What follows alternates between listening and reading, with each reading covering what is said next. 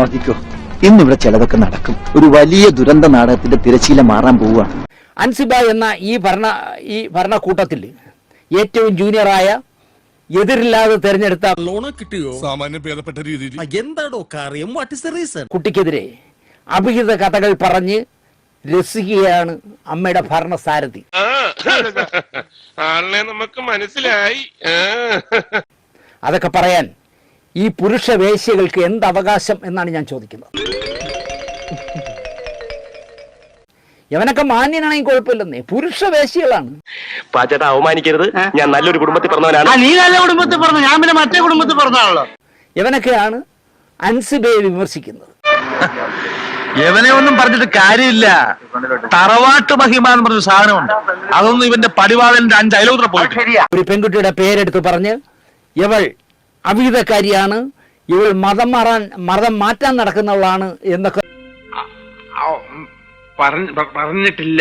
തോൽപ്പിക്കാൻ വേണ്ടി ആണെങ്കിൽ പോലും പറയുന്നത് പുരുഷ ലക്ഷണമല്ല എന്നാണ് എന്റെ പക്ഷം. ഞാനൊരു സത്യം പറയട്ടെ, ഞാനൊരു തന്തയില്ലാത്തവനാ. അത് നിന്നെ ആദ്യം കണ്ടപ്പോഴേ എനിക്ക് തോന്നി. അല്ലെങ്കിൽ പറയുന്നവൻ മാന്യനായിരിക്കണം.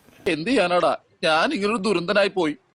എങ്കിൽ പറഞ്ഞോട്ടെ, ഇത് എല്ലാ കുളങ്ങളിലും, കൂതറ കുളങ്ങളിലും നല്ല കുളങ്ങളിലും എല്ലായിടത്തും ചാടി ഇറങ്ങുന്ന ഒരുത്തൻ വല്ല കാര്യമുണ്ടോ? എന്തിനാണ് ഇങ്ങനെ ഇല്ലാന്ന് നടക്കണേ?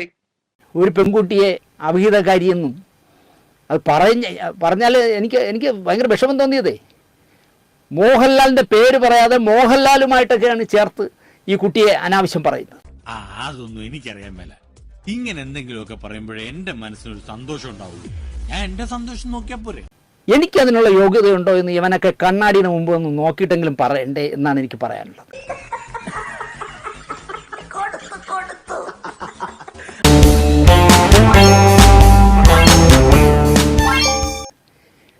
പ്രേം നസീറിനെ പറ്റി ഇല്ലാ കഥ പറഞ്ഞ ടിന്നി ടോം,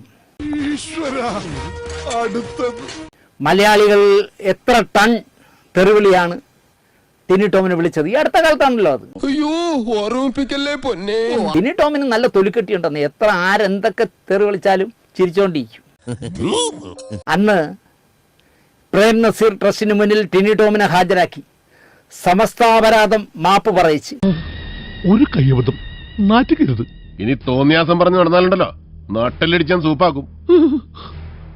എന്തു വേണ ചെയ്തോ, പക്ഷെ ദേഹോപദ്രവേൽപ്പിക്കരുത്. പഞ്ചഭാവോ കണ്ടാ മനസ്സിലാവും. ഊരിക്കൊണ്ടുപോയത് ഈ പറഞ്ഞ അൻസിബയായിരുന്നു. അതാണ് രസം. അത് നല്ലതാ, പരിചയമുള്ളവരെ തന്നെ വഞ്ചിക്കുന്നത് നല്ലതാ, ഇല്ലടാ.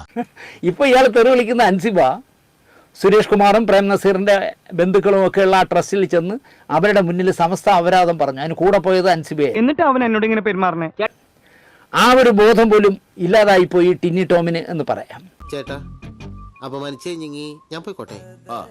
അപമാനത്തിന് തന്നെ അപമാനമാണ് നീ. തൽക്കാലം ഇത്രയും മതി. വരട്ടെ.